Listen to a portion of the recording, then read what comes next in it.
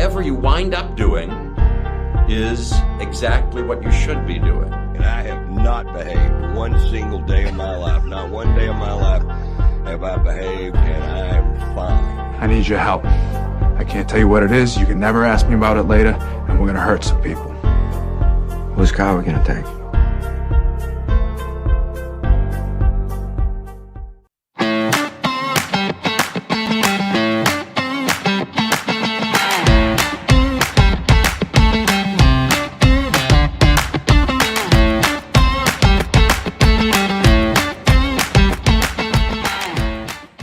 Good afternoon. Thanks for joining us on this October 26th. It is my birthday show, so I appreciate everybody taking some time to hang out on my birthday with me. I do want to say a big thank you to one person in particular. We always have to start the show thanking the one and only Steve Moskowitz. He's our friend. He's our tax attorney. He is the Nikki Medoro Show's exclusive and founding sponsor. And we bring him on all the time to talk about things that you want to put out of your mind, right? You don't want to think about taxes. You don't want to think about the IRS and all the agents that are being hired. You don't want to be audited. You want to find out how to get all the money you deserve and qualify for. And Steve Moskowitz is the man. So give Steve a call at AAA Tax Deal. Find him online at moskowitzllp.com. Supporting our sponsor supports this show as well. Also, it is time. We start every show by doing some exercises with our fingers. Please click that thumbs up button just once at the bottom of the video, and that helps. You have to do it every show. I know Mark mentions it. I mention it. It helps us. YouTube, the AI, whatever machines working in the background, they look at every single show, and that's how they decide, how to elevate it. And so by clicking the like on every show helps us. Another way that you can, of course, help the show is financially, and we appreciate any and all support.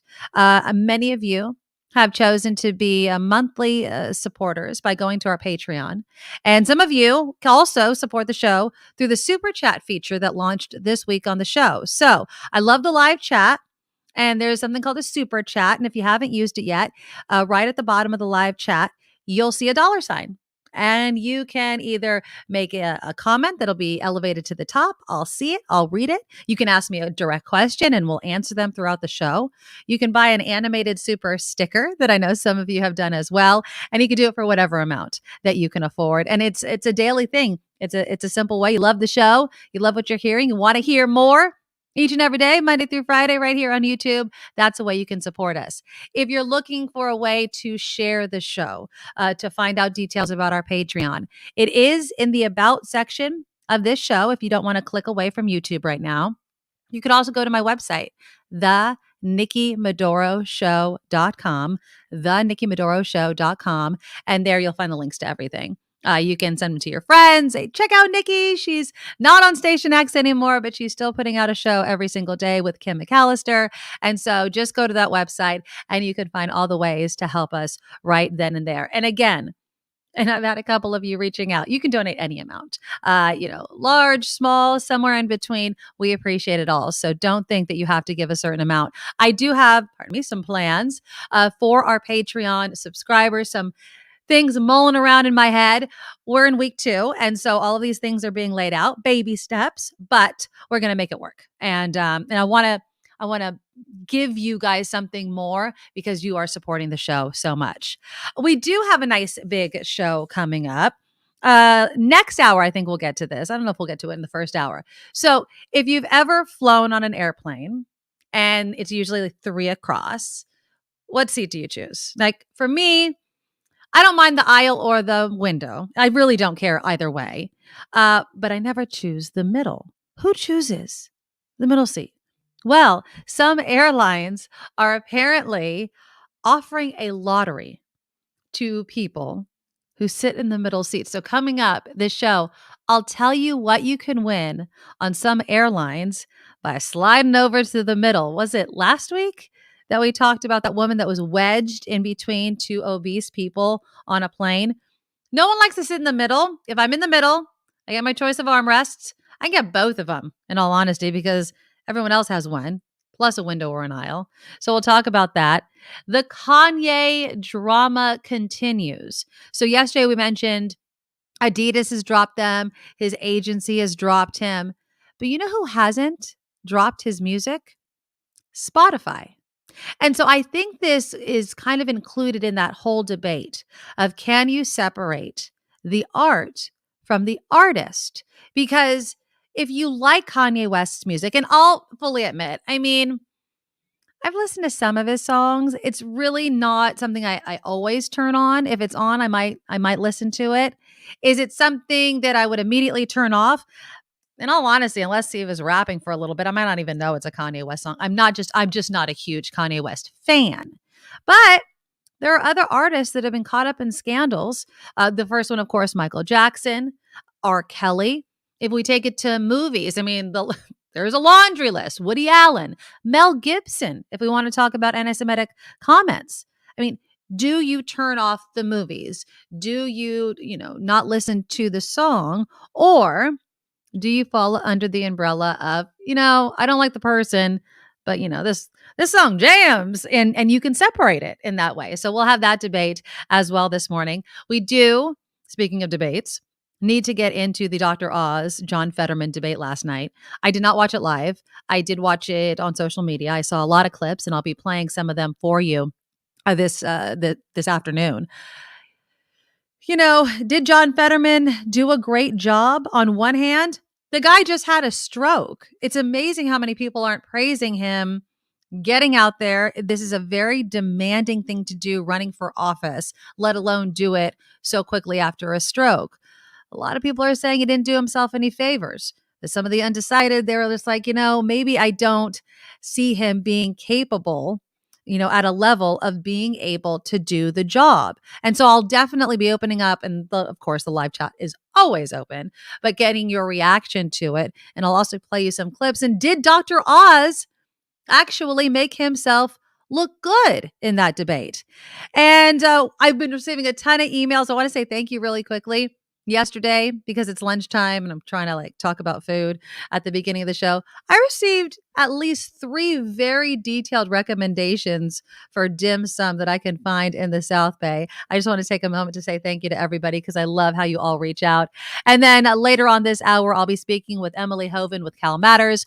We'll take it closer to home, talk some California politics, Prop 30, and the economy. But right now, we need to bring in our founding and exclusive sponsor, Steve Moskowitz. Steve, we love having you on. The reason that I love having you on so much is you help people qualify for the money they're supposed to get, whether it's through the ERC or just help them out of a tax jam. And we really appreciate you being our sponsor. Thanks, Nikki. And I love being on your show. As you know, I was your listener going back to Chip's days. Yeah, so I've been with you for quite a while, and I still enjoy listening to your show, and I do it every day now.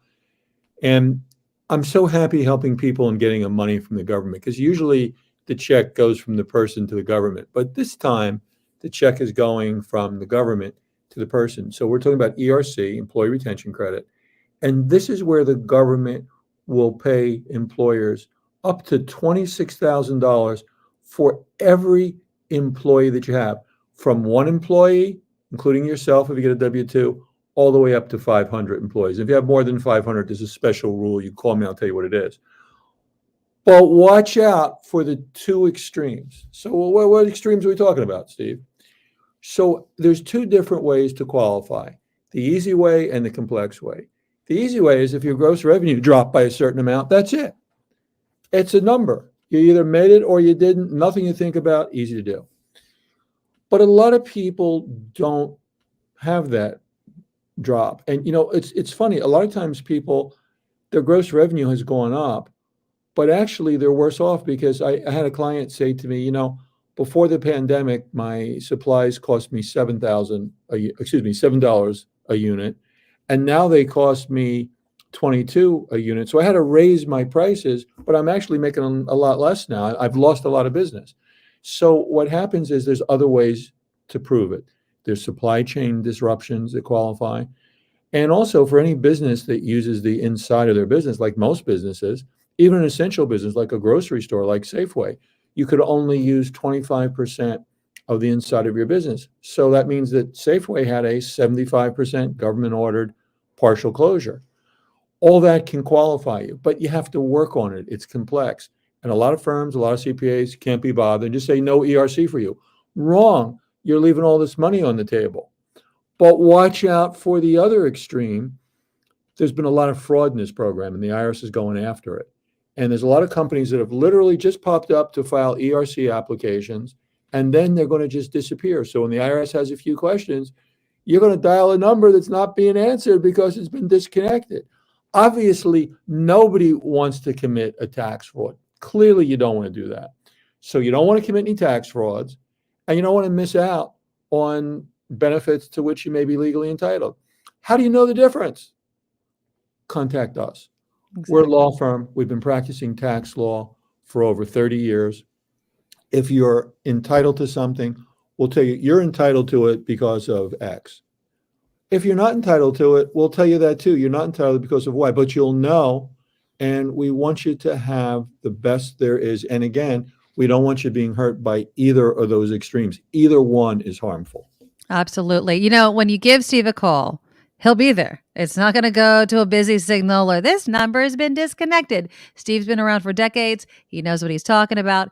Give him a call, 888 tax deal or MoskowitzLLP.com. Steve, thanks so much. Always a pleasure. Thanks, Nikki. Thank you. Yeah. Again, 888 tax deal or MoskowitzLLP.com. Kim McAllister, we do have Emily Hoeven with CalMatters coming up in just a moment, but real quickly, I heard you were kind of getting a little suckered into planning. Oh, thank you so much for the happy birthday, sister. Yes. I don't know. What is technically considered middle-aged? Do we know? I'm going to go 45. Okay, perfect. That works for me. It doesn't matter if I'm middle-aged. I look good no matter what. No, 44 today. It is my birthday. Go Scorpios. And again, I always talk about the fact I love my birthday this time of year because I love Halloween. And Mark, you were giving Mark Thompson a little on the spot, like, are we doing a Halloween show? Sure. Yeah. And on that note, I want to remind people that I'm still looking for the Halloween costume wins and fails. You can email them to me at the Nikki Medoro show at gmail.com because we're going to add them. I don't know if I'm going to dress up for the show on Monday, which is Halloween. I'm like you. Maybe I have headphones though. I might be able to attach something to my headphones, but I want to have a little bit of fun on Monday on Halloween. So everybody just email in your pictures. And some of you already have. Some of you have some really great costume ideas. I'd love to see the fails as well. Maybe it's when you were a kid or a bit younger, but it's always so fun to see how much costumes have changed over the years of what people choose to wear and the homemade versus the store-bought and punny and those type of things. So send them in again, the Nikki Medoro show at gmail.com. Okay, so California politics, it's heating up. You know, we were talking earlier about the governor's debate and, you know, with Dolly against Newsom, Newsom's up by double digits. No one really thinks that Newsom's going to lose or Dolly really has a chance. But there are some major issues, propositions, the economy, problems within the state of California that, yes, Newsom will definitely be continue to be governor. But what are voters going to decide when it comes to something like, let's say, Prop 30? Well, joining us now, I'm so happy to welcome Emily Hoeven with CalMatters to discuss California politics and the economy and everything. Emily, thanks for coming on the show. I appreciate it. Yeah, of course. Thanks for having me, Nikki. Absolutely. So, I read CalMatters all the time. I'll be linking your articles to my social media feeds. But one that was catching my eye, of course, was good old Jane Fonda. Now, of course, people know her as an actress. She's been a longtime activist. I would assume she has some money in the bank. And you wrote an article about how she was calling out, I guess, her fellow wealthy Californians who are opposing Proposition 30. Explain that for us.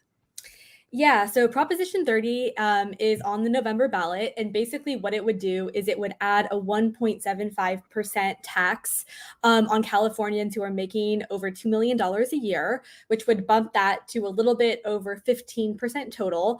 And about 80% of that money would go to rebates for electric cars, electric vehicle charging stations, and half of that money would be dedicated to low-income communities. And then the remaining 20% of the money would go go to wildfire suppression and prevention. And state analysts estimate it could all together, this tax could raise about $5 billion a year. And so Jane Fonda, she has a PAC that has been donating to, pro-climate candidates across the country, including in California. And so she basically, in my conversation with me, announced her stance on Prop 30 for the first time and said she supports it. It would make her own taxes go up, but she basically was saying, if it's between paying a little more and having a planet that our grandchildren can live on, you would have to be crazy to not choose the latter. And I agree, but I mean, I think the whole opposition and who is opposing Prop 30 is quite interesting. Absolutely. I mean, the governor, Governor Gavin Newsom, is actually opposing the proposition. Yeah. And what makes this very strange is that he has actually showed up in opposition alongside the California Republican Party and the California Teachers Association, which are three entities that do not often line up on the same side. And they're anti the proposition. And then on the pro side, you have the California Democratic Party, you have environmental groups, and you have many labor unions as well. And so it's a very unusual split. And, the governor has basically been going out and kind of opposing it for several key reasons. One of them is he's basically saying that this company, Lyft, this rideshare company, which has poured a significant amount of money into qualifying the initiative for the ballot and the campaign to support it, he basically is saying that Lyft is trying to use taxpayer money to help it meet a state mandate, which is that ride-sharing companies log 90% of miles driven in California by 2030 in electric vehicles. And so these rebates would help presumably Lyft drivers, Uber drivers, other rideshare drivers buy these cars and help meet that mandate. So the governor is saying, this is them trying to do that. He also— But wouldn't that be a good thing, though? Let me stop you there. I mean, isn't that a good thing, though? We need them to buy the electric cars to meet the mandate. Is there truth there? They do. So they do need to meet the mandate in some way or another. But they don't want the taxpayers to kind of cover any of that cost. Is that what the governor is saying? He's saying that, and he's also saying that the way this proposition is written, it would make the state budget a lot more unstable because right now, it's relying heavily on taxes from high income earners. And this proposition, if it were to pass, it would basically require the state to spend this money no matter what, even if it meant cutting funds from other programs. And it looks like the state is kind of heading into a recession or a downturn. So the governor has been kind of raising the warning signals about that. And the reason the California Teachers Association opposes it is because although it raises taxes, it puts the money into a special fund, not the state's normal general fund. And so basically none of this money would go to schools or community colleges. And so CTA basically says it sets a dangerous precedent where you raise taxes, but none of it helps public schools. Interesting. It does seem that Prop 30, because of who's opposing it and supporting it, is really confusing for voters. Do we know how voters are feeling about Proposition 30 this early? I guess it's not that early. I mean, the election's happening soon. Yeah, people are casting their ballots already, So the latest poll that we have from, I believe it's from the UC Berkeley's Institute of Governmental Studies, showed that it had about 49% support. And that was actually down from when it was polled in September, and it had about 55%. And in the interim, the governor began airing ads, basically telling voters not to vote for it. And so some people have speculated that possibly that led to that significant drop. I think also, the governor doesn't necessarily want to be running around seeming like he supports raising taxes in an election year. Taxes in general, a lot of people don't want to raise them. And, the vast majority of opponents of this measure are wealthy taxpayers who would be affected if it were to pass. Right. And that's kind of the rub right there is yes, they'd be raising the taxes, but who would be getting the money? And just from the polling that you mentioned, it seems pretty split. So that's going to be an interesting race to watch. I don't think we're going to know it until obviously Election Day. But you did just write an article. Was this today? Yeah, you were looking at, the California economy as a whole. What are you finding with you were mentioning that Governor Newsom is concerned about a downturn and a recession. A lot of people have been saying, if you keep raising taxes on wealthy Californians, they're going to leave the state. What should people keep in mind when they're talking? Because you're talking, there's like contradictions when you look at our economy here in California, correct? Yeah, there's just, for me, it's always very staggering to kind of see the divide in our economy. The governor was touting the fact that some analysts think that California might be able to become the world's fourth largest economy in the near future.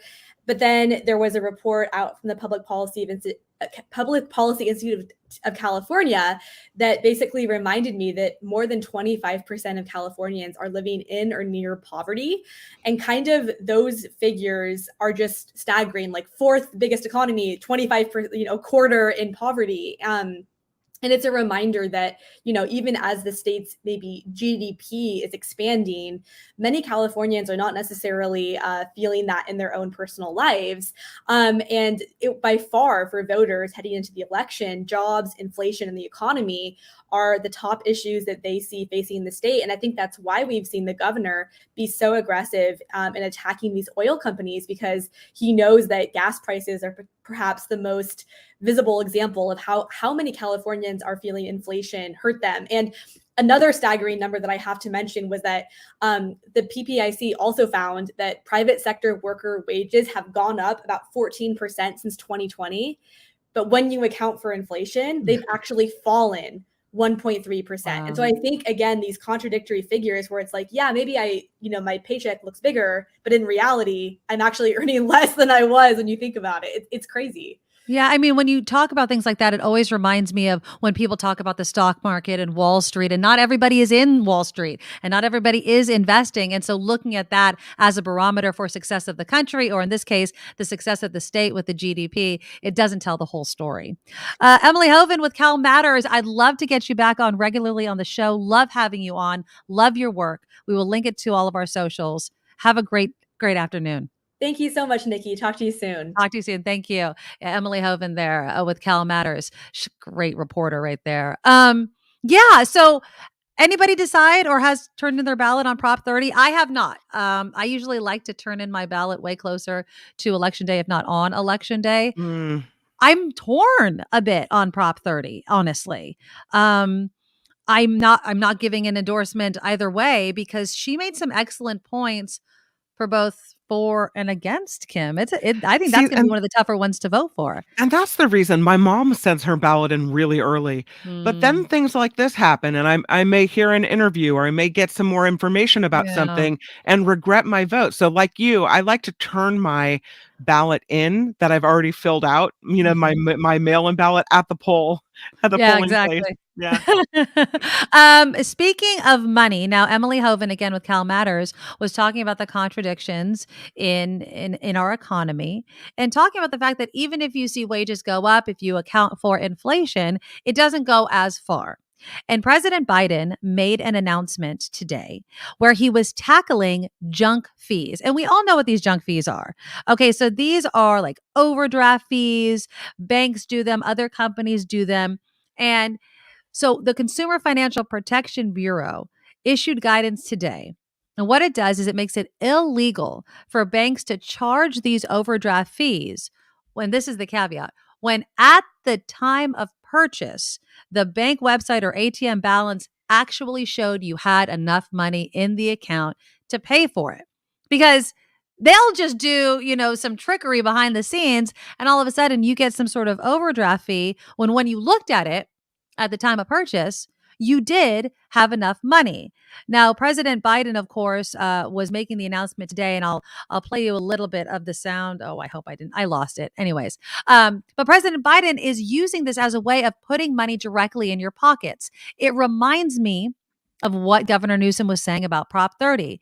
Is this the right time to raise taxes? Even though, yes, the wealthy people, Jane Fonda and others, are saying, yes, it would go to all these different things. For the average Californian and for the average American, they're trying to save as many dollars as they can right now. And I don't know if President Biden he just doesn't get enough credit for doing these things. And I don't know if it's a PR thing. I don't know if it's just the GOP sucks all of the air out of the room, but this is huge. I mean, this is going to immediately lower the costs for every single person that has a bank account or whips out their debit or credit card. And that matters to people. It does. So it's the fees on the overdraft protections or the overdraft fees he wants to crack down on, as well as hotel fees. The resort fee that you get charged for that no one ever really uses, but you have to pay it anyway. So Right. that's another fee. Some airline fees he's looking at. He's calling it junk fees. Yes, junk fees, because it is. It's junk basically. And if anyone has ever been caught with these overdraft fees, you know what they do. It's very, very simple. So let's just say you have $100, right? And then you make a purchase for $25, $5, $60, and then you keep checking. Oh, I have enough money. I have enough money, and then they decide on which order they're going to take it out. So you might wait until you're going to get some more money to make a bigger purchase, but they're going to take all these other ones out. So then all of a sudden you get dinged not just once for going over, but every single time for all those little smaller purchases that the bank knows the timing of and you don't. So hopefully that helps people. Another little tip from someone that's been caught with overdraft fees in the past. If you call your bank, they usually give you like a one get out of jail free card where they're like, okay, I'll take that overdraft fee out. You have to call and ask for it. And it sucks because all of a sudden you have no money in your bank account. And sometimes my bank doesn't do this. I don't know if yours does, Kim, where you can't even use your debit card if you have it turned off. So you could turn off your overdraft and then you just kind of get declined. Let's read some of the comments coming in on the live chat. This one from Randy. At what point do the higher earners pay their fair share? They already pay a huge chunk of California state taxes. The top 100,000 income people in California pay 40% of the state income taxes. Randy, I understand your point. I understand the point you're making about fair share. I would say this, and I love Steve Moskowitz. He gave us a nice long interview yesterday about this way that wealthy people get to keep more of their money. And it's not cheating, right? You have the means, you have the access to people like Steve Moskowitz. And so they're able to finagle something to keep more of their money. Poor people don't necessarily, okay? And if you don't get the money from the people with the money, how do you expect the poor people to give you the money? I understand what people are saying and, oh, well, then why would you ever want to better yourself and make more money if the rich people always take care of it? You go where the money is. You go where you can get it. And again, rich people also have ways of sheltering some of their money, not hiding it illegally, but keeping more of their money from tax write-offs, the opportunity zones that Steve Moskowitz was talking about, owning a business, write-offs, those sorts of things. So I'm not trying to negate Randy's point, but what I'm saying is you can't seriously think that we're just going to go after the poor people for all of this money. California is a huge state. A lot of wealthy people live here. They're still going to be wealthy even after they're being taxed. And I don't want to be harsh, but I will be. I'm not playing a tiny violin for someone that has enough money. Okay. I'm paying a tiny violin for people living paycheck to paycheck to paycheck because rents are skyrocketing, housing prices are insane, and we can't seem to get a handle on that. If we could get a handle on housing prices and rent prices in this state, it would ease a burden for so many Californians. We just can't get it together. There's just no way of doing it. So if Randy or anyone else has a solution on how we pay for all of these things that we need and we want for the state of California without going after the wealthy, tell me, because we need it. I mean, and I've been seeing in the chat people calling out Governor Newsom regarding PG&E, and I will stand right there with you and hurl that criticism right at him because you're absolutely correct. Even though it goes back much farther than his governorship, he does have responsibility along with the CPUC and Jerry Brown and all of them. But we need to fix our electric lines, our grid. That costs money, and we're just kind of stuck between a rock and a hard place. So I get it. Okay, I want to tell everybody again, hit that thumbs up, hit that like right now, each and every day on the show. It is my birthday, Kim McAllister. It's the least people can do on my birthday, and it costs you absolutely nothing. It's just to hit the thumbs up button and subscribe and share it. How about that? If everybody that watches my show and subscribes right now would share it with a friend or family member, that would be the best gift that you can give me on my 44th birthday, which is today. Okay, we have some news with Kim McAllister. After that, I do want to get into, maybe we'll do it next hour because I know that you guys talked about it a bit, but I do want to get into the Oz-Fetterman debate. We'll talk a little bit about candy, drugs, and Narcan. That'll come up after Kim McAllister's news. There's another recall also coming that's out. And this one surprises me. It's a product that you would think you wouldn't have to worry about. And I'm sure many of you have it in your cupboard right now. And so I'll tell you all about that coming up. But first, we have to have some news with Kim McAllister. Now, from around the world to up your street, the Nikki Medoro Show presents News Czar Kim McAllister. This report sponsored by tax attorney Steve Moskowitz at 888 Tax Deal.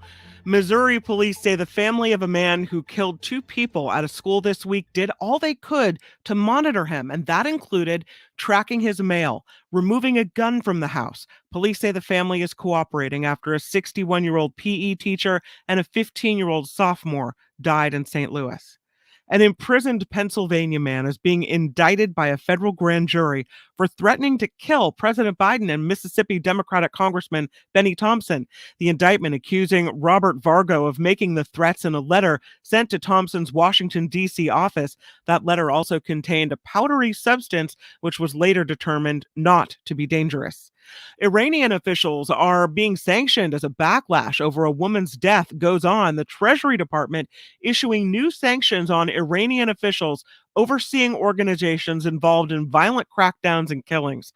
Mahsa Amini died last month after the nation's morality police detained her for not wearing her hijab properly.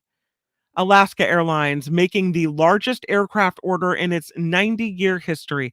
The Seattle-based company is exercising options to purchase 52 Boeing 737 MAX aircraft for delivery between 2024 and 2027, increasing Alaska's fleet to 146 planes. Alaska also secured rights to buy 105 more planes through 2030. There is, speaking of rocking out, a former police officer in Connecticut has lost his certification to work in law enforcement for lying about how the computer in his cruiser was broken. Former officer Austin Harris told his supervisor last December the computer was damaged when he slowed to avoid hitting raccoons in the road. Oh no. A dash camera video of his shift revealed Harris was parked and listening to music and broke that computer drumming with his baton. Once caught in the lie, Harris was suspended in early January and fired weeks later. So he's rocking out in his car, yeah, and he breaks it. He's rocking out with his baton, like his police baton. So he's like whacking, like whacking all around, smashes the computer up. I know the best words, but yeah, okay. It's like a heavy metal concert in the cruiser. Yeah. I would have died laughing if I was sitting next to him. I literally would have peed my pants. That's awesome. Yeah. I broke my computer stopping for the raccoons. The raccoons in the road. No, the raccoons. No, you're just air guitar, air drums. You're doing it. And, all right. I mean, who doesn't know they're on dash cam? Like, if you're an officer, don't they tell you everything you do? Do you have video of this? Please tell me that there's. I'm gonna find. I'll find it. I'll find it. Because I mean, if there is, I can see the TikTok memes going wild with this one. So awesome. The news sponsored by tax attorney Steve Moskowitz. For more than 30 years, Steve has put his tax knowledge to work for individuals and businesses alike. If you need help with your taxes, please give Steve a call, 888-TAX-DEAL, or you can reach him on the web at moskowitzllp.com. I'm Kim McAllister on the Nikki Medoro Show. All right. Thank you, Kim, so much. Yes, it is my birthday show. Hit that thumbs up button as your gift to me. The live chat, super chat, open all the time, up and running. If you want and can make a monetary donation to the show, we always appreciate it. It's any amount helps. You can also find our Patreon and links to the show on the show's website, thenikkimedoroshow.com. You can find my email address there. Again, thank you to everybody that was sending me dim sum recommendations yesterday. So it's my birthday. I like to, and I never succeed. And I know some people, Kim, are really good at this. On their birthday, they make it a point to get like all the freebies that they could possibly get. So I got my free Starbucks coffee, and then I had enough stars to get my free cheese Danish. And I got that after dropping the kids off at school. And then I opened up my email, and this restaurant, it's a chain, but I love it, Pacific Catch. I actually just went there last weekend with my best friend who took me out for an early dinner. Pacific Catch sent me I got a free bowl, like a sushi bowl or a poke bowl for my birthday. Not quite sure if I'm going to do Pacific Catch twice in 1 week, but I might. You never know. But yeah, there's like a laundry list of things. You have to sign up for all of their clubs though. So I'm thinking that I need to create a whole new email that just goes to birthday clubs. And then I only have to really open it once a year. And I get all of my coupons right there. I think that's kind of genius if I do It's like say so myself. a birthday coupon file.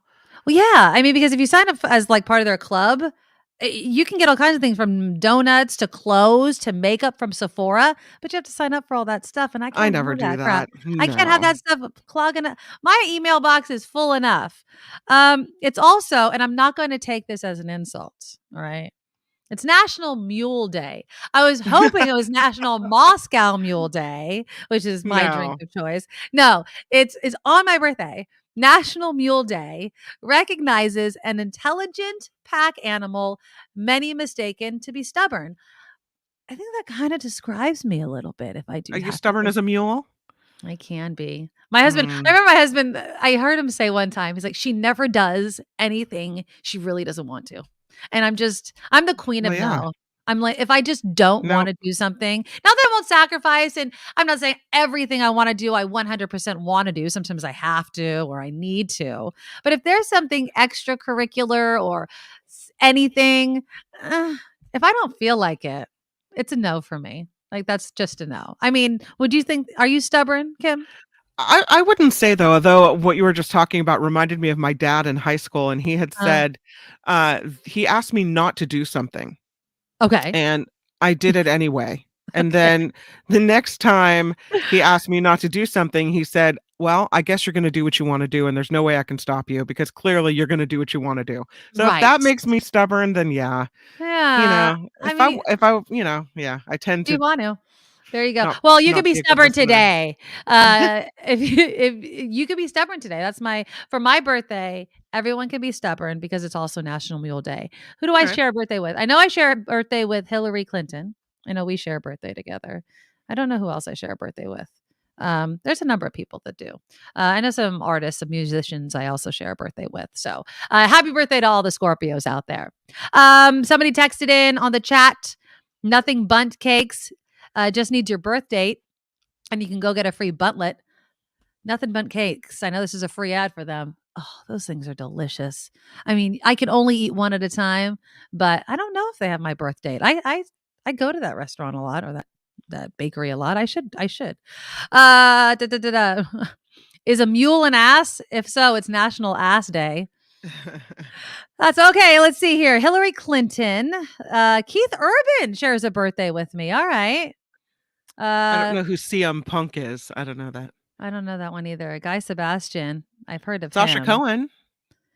That's not Sacha Baron Cohen, though. I don't know who Sasha Cohen is. Who knows? I know Sacha Baron Cohen. That's not that person right there. Seth MacFarlane. JR is saying, I didn't know I shared a birthday with Seth MacFarlane, if I could speak. Let's see. Oh, no, I don't care about tomorrow's birthdays. F them. Just today. All about me, obviously. It's all about, I was supposed to be born on the 20th. I was 6 days late, which no baby is. They just come when they're supposed to. All right. Speaking of kids, remember, I don't know how long ago this was, Kim, when there was the whole sugar inside the vending machine debate, right? Right. You can have like candies, and if it was on school property, they didn't want any of that stuff in the vending machine because it was bad for kids' health. Well, there's a new thing that could be coming to some school vending machines that I guess would be good for kids' health. And I don't know what this says about us as a society, where we are right now, and how I would feel if I actually walked by a vending machine at my kid's school and saw this inside. But in Santa Clara County, my county, they are working and requesting, I think Cindy Chavez, if she becomes mayor as well, even though she's with the Board of Supervisors, they want to put Narcan inside vending machines at schools. Santa Clara County plans to distribute free Narcan kits through vending machines placed at jails, court buildings, high schools, colleges, hospitals, bars, and restaurants. This article in San Jose Spotlight says the first 3 kiosks will be placed at Santa Clara County Main Jail, Elmwood, and Juvenile Hall. They haven't worked it out yet, so I guess they're not there just yet. They also want to make fentanyl test strips more available community-wide. So here's the question. Is this the right move? Do you put this under the umbrella of like safe injection sites? We're making sure your drugs are clean. You understand what I'm saying? Yeah, I don't. I disagree that it's not. It's less like saying, hey, drugs are okay, here's a safe place to do them, and more like saying, I don't want your kid to die. Right? So if it saves one child, that's a good thing, because no kid ever thinks, I'm going to take this and die.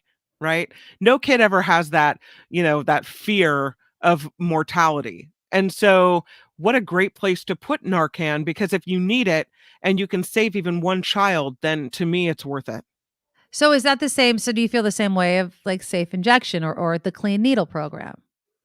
I guess not, because I know the argument is the same, but I feel like providing you a place to I don't know what it is, shoot up Inject, or yeah, to right. inject, whatever, providing you that place is like saying it's okay.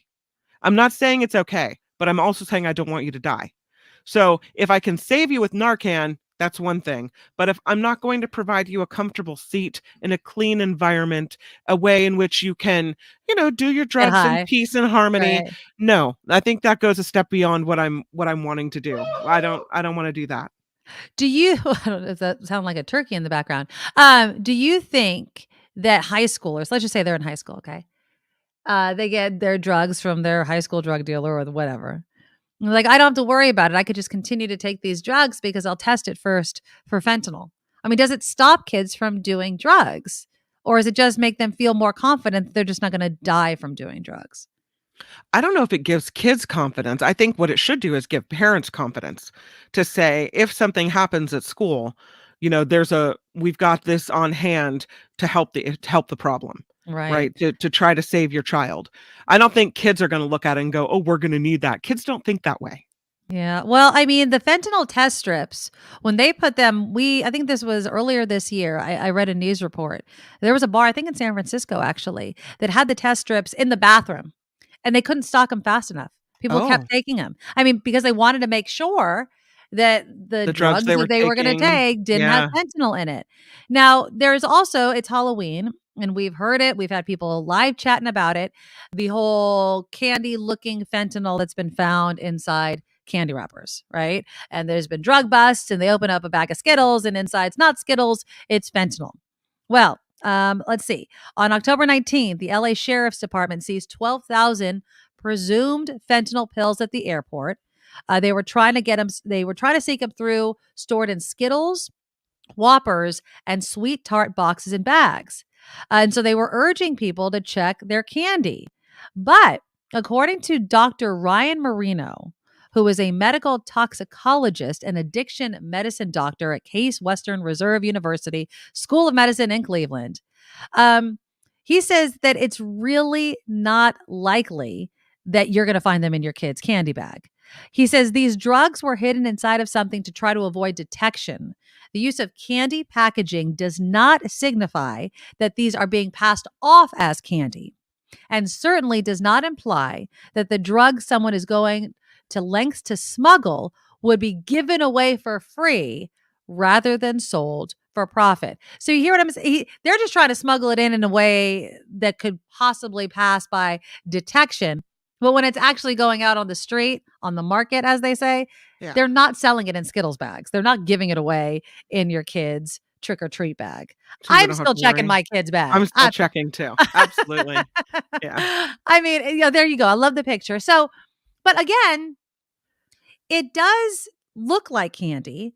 But a lot of pharmaceutical pills have looked like that. MDMA, ecstasy, they came in colored pills. We saw the news reports when that was at its height. And I don't know if fentanyl's of the moment or if it's just amongst many drugs that people are taking right now. Now, of course, you're always advised to check the candy of your kids. In August, the DEA had a warning about the rainbow fentanyl, like Kim was showing on the screen right there, being seized.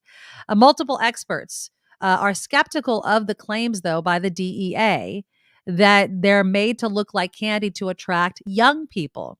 They say there's no data to suggest that drug dealers are targeting children, but they did stress that fentanyl is a public health problem. Listen to this statistic.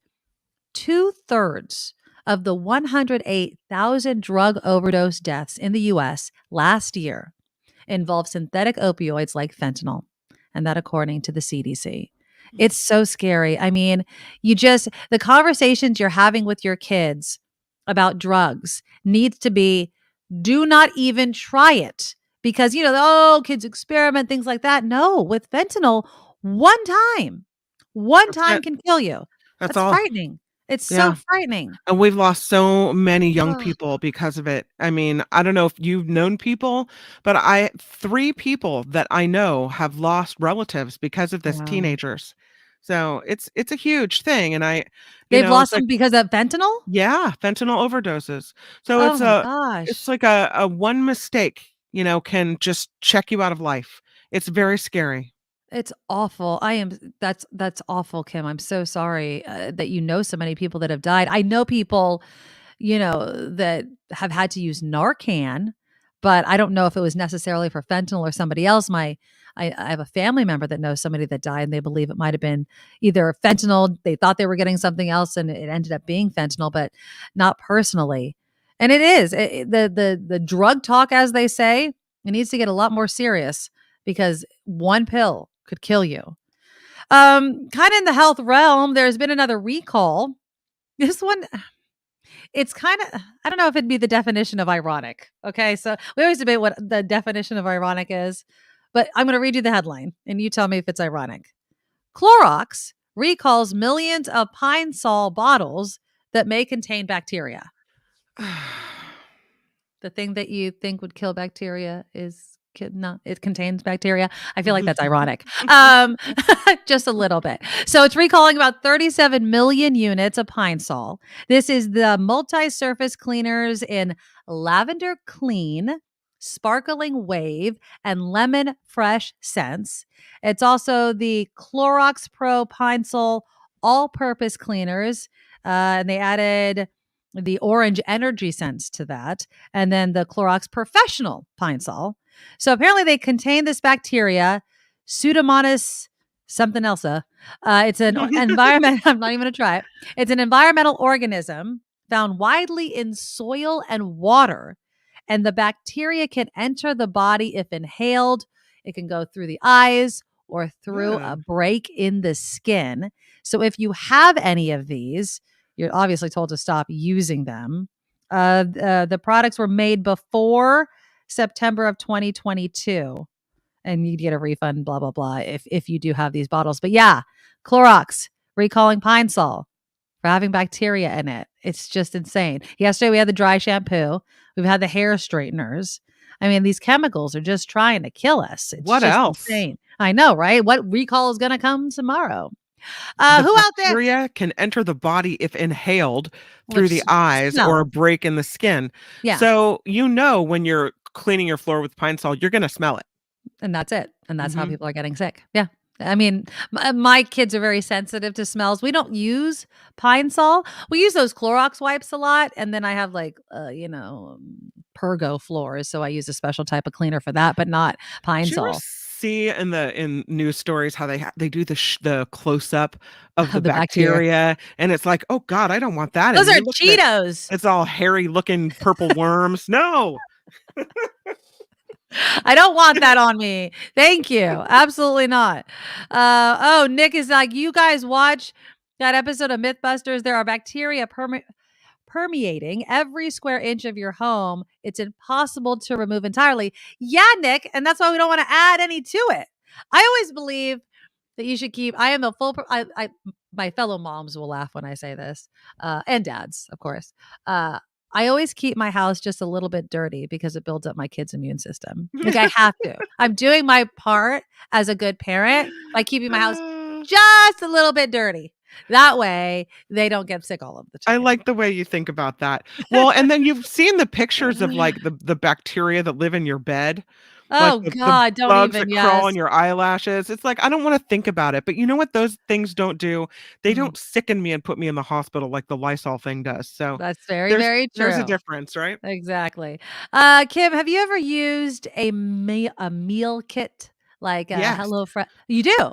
No, we used to. We used to use one, and we got it for, I want to say 3 or 4 months, and they had some Okay. great recipes, but Oh. we found that we didn't make them all the time. And Mm. so, like, we'd make 1 or 2, and then the other 2 maybe would sit in the fridge, and no And then you have to throw it one away because it Yeah, and expires, it right? seemed a little wasteful. Right. A lot of packaging, I've And heard, is another thing. expensive. It wasn't cheap either. Oh, so that's Yeah, what people were saying. Like Facebook makes me buy it. I always see Facebook ads saying, when you break it down by meal and per person, you're saving all mm. this money. Well, And they get you into it by giving you, like, the first 5 meals free or whatever it right, is, right, right, and right. so that sounds like a great deal, and then you really get into it, and all of a sudden, you're like, I don't Oh, good know." lord. Well, Richmond based HelloFresh, it's decided to permanently close its Richmond plant. It's eliminating more than 600 jobs. It'll shut down its plant on December 11th of this year. They said in a company email the lease is expiring, and after an extensive analysis of our production network, HelloFresh has decided not to extend the lease. It's actually Germany based, but this just was their Richmond plant.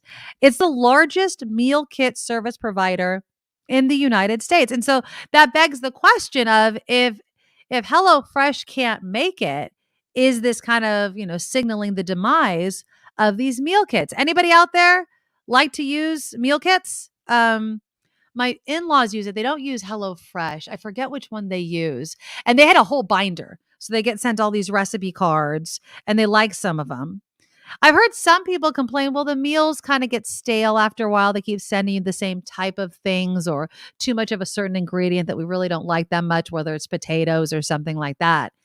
But then when I think about it, we eat pretty much the same sort of meals every week, if not every month, right? So if they could just have, I would say, 15 or so different meals that I would like, I might think about doing it. Plus, my kids don't eat a lot of food. They haven't hit that point in their lives where they're eating me out of house and home just yet. So it's Hmm. kind of like we're only feeding 3 people, even though we have 4 people, unless it's like steak. That's like Dinnerly. I don't know if I've heard of Dinnerly before, I've heard Natalie. of it, but I haven't used it. Yeah. Yeah. There's a bunch of other ones. So this closure of the HelloFresh plant Yeah. in Richmond, I read that there were 310 jobs that would be lost because of it. But according to NBC Bay Area and the article I have highlighted, Contra Costa County Supervisor John Goya saying it's 600 Yeah, jobs is 600. what we're losing here. So that's a lot of jobs. And don't you love how they always do it in December? Like, Merry Christmas, you Oh, have I no job. know. I know. Closing in December, Well, it's the really? quarter. It's the quarter. You know what I mean? They're Yeah, but looking ahead. I mean, it's Um, never a good time to lose your job, as we know, but right before Christmas sucks. well, and then of course you have to add into okay, so they're leaving Richmond. Where are they going? HelloFresh just built a facility in Phoenix.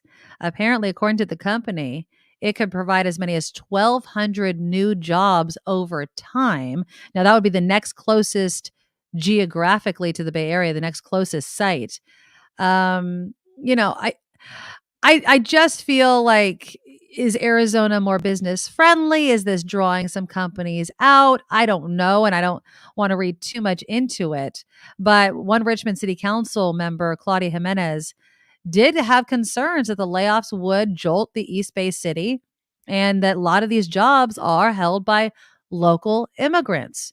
It seems like we're losing, not getting rid of, but we're losing some of these lower tier jobs that may have lower pay or on the pay scale, and we still want the services. I'm assuming that people still want meal kits, unless this is the end of meal kits altogether, but people like convenience and things like that. HelloFresh, yes. Oh, Blue Apron's another one. That's the one that I was thinking of. Yes, thank you, Lillian. Blue Apron was another popular one I've heard people try. I've not tried meal kits. I've discontinued Butcher Box, which is a meat delivery, which I did during COVID because I was scared that we were going to run out of food. I did it. I was just so scared. I was like, oh, we need to have meat. We need to have food. We need to stock up. And so I started that, but I ended that recently. And so, is this a convenience type of business that's just waning a bit? Is it California and doing business in California? We'll see. But the next closest one for HelloFresh is going to be Arizona. And then finally, speaking of watching your pennies, Fidelity is doing something special. It's going to offer 100% of college tuition, including books, for its entry-level employees. Now, these employees, need to be at a 2 or 4 year undergrad program. It only applies to entry-level customer service phone representatives. Now, when you fill an application, the company will then, and you get hired, of course, the company will pay for tuition, books, and fees directly to the college or university. They're calling this the fully funded undergraduate degree program. And yeah, I think that's pretty cool. The whole idea of books needs to be fixed in this country. The printing of books, the monopoly on the printing of books, the sharing of books, the copywriting, the trademarks, all of the sorts of things, because we live in the digital age. There is simply no reason. My kid has, for instance, a textbook that she leaves in my car. I go, don't you need this for school? She's like, no, we don't need it for school. They tell us not to bring it to school. Well, why the hell do I have it? Why the hell do I have this textbook? Now, my kids go to public school. It's still a cost. Can we be finding ways to streamline all of this? Another one of our teachers is, I think, very smart. Instead of giving kids textbooks, she just prints out, which some people may disagree with, but she prints them out because it's math. She prints out the pages that they need to do. So there's no question of what page you need to be on or what needs to be done. And she just hands it throughout the year for them to have, which makes sense to me as well. Instead of carrying around these heavy ass textbooks in your backpack, ruining your posture and everything like that and costing the schools a lot of money, do it that way. So if you're looking to go to school and you're looking for a job, you can go to Fidelity. Now, interested employees will be able to choose from, and this is a significant amount, 190 2 and 4 year programs at more than 30 schools for those interested in majoring in kind of the business and financial service industry. So trying to, keep the people they're helping educate kind of in this entire field. And they hired more than 16,000 employees last year. So give them a call and you'll have your tuition and your books all paid for. Okay, so we're coming up on news with Kim McAllister, of course. We'll get into the Oz-Fetterman debate. I'll play you a couple of clips. I want to hear, what do you think about someone trying to be a leader while also trying to work through a disability, like a stroke? There's been a lot of criticism about John Fetterman's performance, but I'm looking at a guy that's standing up on the national stage, technically, because everybody's paying such close attention to this. And he just had a stroke a few months ago. And instead of praising him for the progress, now he's not 100% there, of course, people are nitpicking, I feel like, as if where he stands on important issues doesn't matter. It's simply how well he speaks. So where you fall on that, we'll talk about. We'll also hear from Don Jr. just to have a quick laugh. I saw a video of him last night, so we can have a giggle about that. President Biden delivering on some of his deficit reduction promises. So you tell me, why does President Biden not seem to get any sort of credit for what he has been proven to do for all of us to save us some money? The New York governor's debate was also last night. I'll have a clip from that as well. And then we'll get into the latest Kanye/Ye drama with Spotify deciding, at least at this point, not to drop him. And so is this more of a question of, can you separate the art from the artist. And is that what Spotify is doing? Just kind of staying out of it. And if you don't want to hear the music, there's buttons you can hit to not hear that artist's music anymore, I believe. And so is that the way people should express their displeasure or not liking somebody that's music is played on a service like Spotify? So that's all coming up in the next hour. But first, right now, we need some news. Now, from around the world to up your street, the Nikki Medoro Show presents News Czar Kim McAllister. This report is sponsored by tax attorney Steve Moskowitz at 888 Tax Deal. President Biden will welcome Israeli President Isaac Herzog to the White House today. The official visit in the Oval Office will include discussions of regional security for both Israelis and the Palestinians. That, according to the White House spokesperson, the two leaders last met in July in Jerusalem. The White House says Russia needs to negotiate in good faith for the release of American prisoners like WNBA star Brittany Griner and former Marine Paul Whelan. Speaking to reporters, Karine Jean-Pierre from the White House says the President Biden and his administration are doing everything they can to bring Griner and others back home. Jean-Pierre saying the negotiations start and end with Russia, and added that they need to step up to the table for any progress to be made. Control of the House and the Senate taking center stage in these midterms, but there are plenty of important ballot measures around as well. California, Michigan, Vermont, Kentucky, and Montana have measures that will either limit access to abortion or establish it as a right. Alabama, Louisiana, Vermont, Oregon, and Tennessee have initiatives that would remove language in their constitutions that still allow some form of slavery, if you can believe that. In Ohio, there's an initiative to bar local governments from allowing non-citizens to vote, and a Colorado proposal would allow the consumption of psychedelics for medicinal purposes. 5 people safe after being trapped about 200 feet underground at an Arizona tourist site. They were left stranded for more than a day, 21 stories down in the Grand Canyon cavern after an elevator malfunctioned on Sunday. Oh my God, I would be freaking out. Nobody was injured. The rescue happened Monday after previous attempts to fix an elevator there were not successful. So they were stuck there for more than a day. 200 feet underground. So 200 feet underground. I missed it. How many people were stuck? So 5 people, and they were in the Grand Canyon caverns after an elevator malfunctioned. So they're 21 stories down. That's 200 feet, and they were there for more than a day.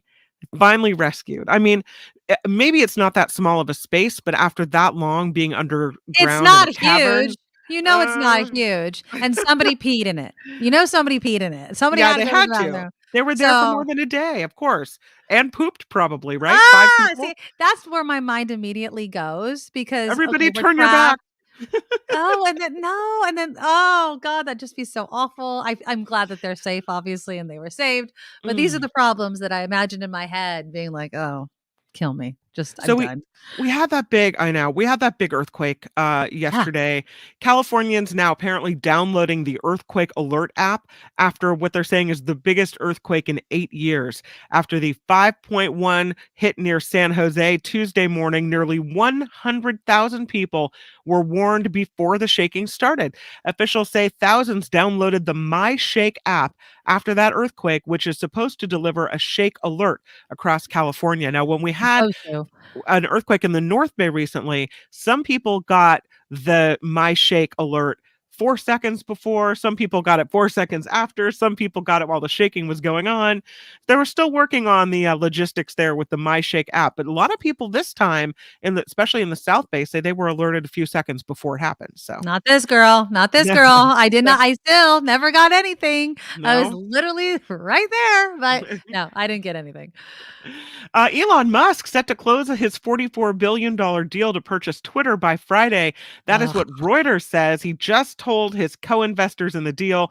They say the investors now have paperwork from Musk's lawyers showing it is a done deal. Bloomberg says Musk broke the news Monday in a video call with bankers. And An event at UC Davis run by a conservative student group was abruptly canceled yesterday after a brawl broke out, led to some pepper being sprayed. A video making rounds online shows a confrontation between a protester and what appears to be an officer. UC Davis officials say none of their staff used pepper spray. The event, organized by a student organization affiliate, Turning Point USA, and Stephen Davis was set to speak there. A fight erupted with more than 100 protesters and counter-protesters. Some in that big fight may have been wearing Proud Boys apparel, according to people there. No pictures or proof of that. But about 30 students inside the campus conference center were evacuated after someone in there used barricades to hit the glass at the center. So what a mess that turned out to be. This report sponsored by tax attorney Steve Moskowitz. For more than 30 years, Steve has put his tax knowledge to work for individuals and businesses alike. If you need help with your taxes, please give Steve a call, 888-TAX-DEAL. You can reach him on the web at moskowitzllp.com. And Nikki, I want to take a moment, I really do, to respond to this. You saw maybe I had that text up. And so RL claims that we eat spiders while we sleep regularly. Yes, I've heard this. And so I did a little research while you were talking there. Oh, really? Britannica, no, we don't. The reality, however, according to Britannica, is quite different. We swallow no spiders at all. RL, don't freak me out, brother. I'm going to say this. So I've heard that. Let's just say it's a theory, right? Especially for mouth sleepers or mouth breathers, I should say. If you sleep with your mouth open a little bit, that's how the spiders would obviously get in. Now, on one hand, it makes sense, right? You're just sleeping there, a spider crawls on your face and goes into your mouth. On the other hand, because of the breath and the movement, spiders don't want to go there because they feel stuff coming. They're going to go in your ear hole, Kim McAllister. I don't know what you want me to tell you. I mean, they can crawl all over your body. That's what my husband says, that they crawl in your ears while you're sleeping. So sometimes I'll wear my hair in a ponytail when I go to bed. Right. And now I pull my hair out of my ponytail just to cover my ears. And what, tie it below your chin? What are you doing? And he laughs. No, because it's in the ponytail. So it's kind of it's held back, but part of it. Oh my God. It's you hit me where I live with that one, RL. No, I can't even.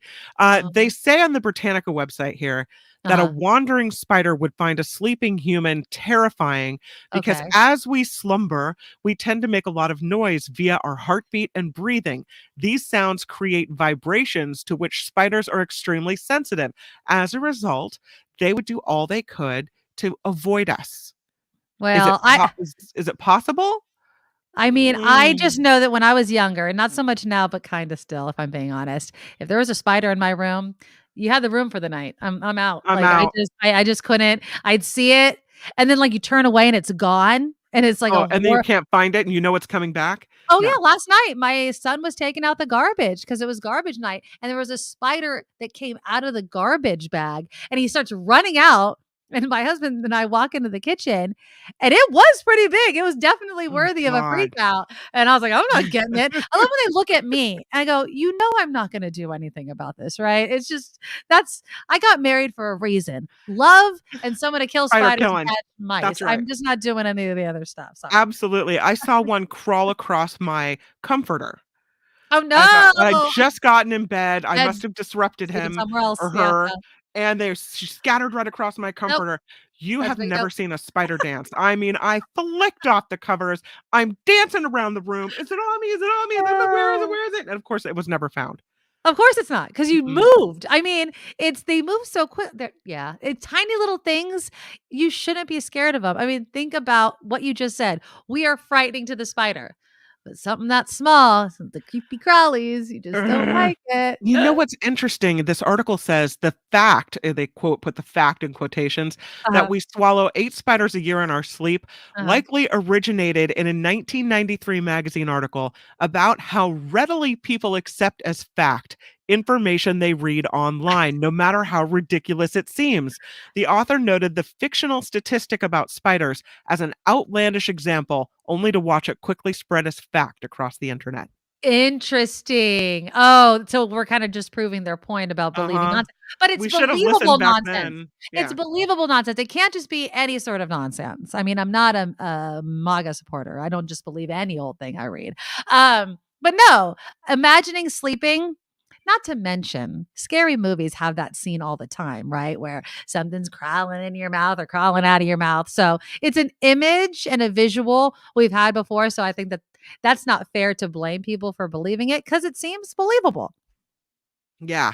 It does seem believable, but if you do a little looking, but people don't go looking. Laura says earplugs. Yeah, absolutely. What's the Earplugs. potato bug story, Kim McAllister? Oh, the potato bug story. Have you seen a potato bug? You know, the roly polies, right? No, no. I have to put up a picture of a potato bug. Uh, they, potato bug. I Uh, got it. Oh, it's like striped. It's uh, like a striped they bug. call it an old man bug. No, no, that's not it. No, I'm looking it up. Old man bug. Okay. So they have these Ooh. faces that are freaky. They're big. I've got one. I got here it. with me. Okay. I got it. Okay, so here's the view of a potato bug for your viewing pleasure. It's freaky. They have a big mouth. They're huge. You can see it They're there like in a relation little to a bit, penny. like a quarter size, a bit of maybe a $half size, They're maybe. big. They're big. They're big. I'm just telling you, they're freaking enormous. It's all I can do not to swear thinking about it. So Okay.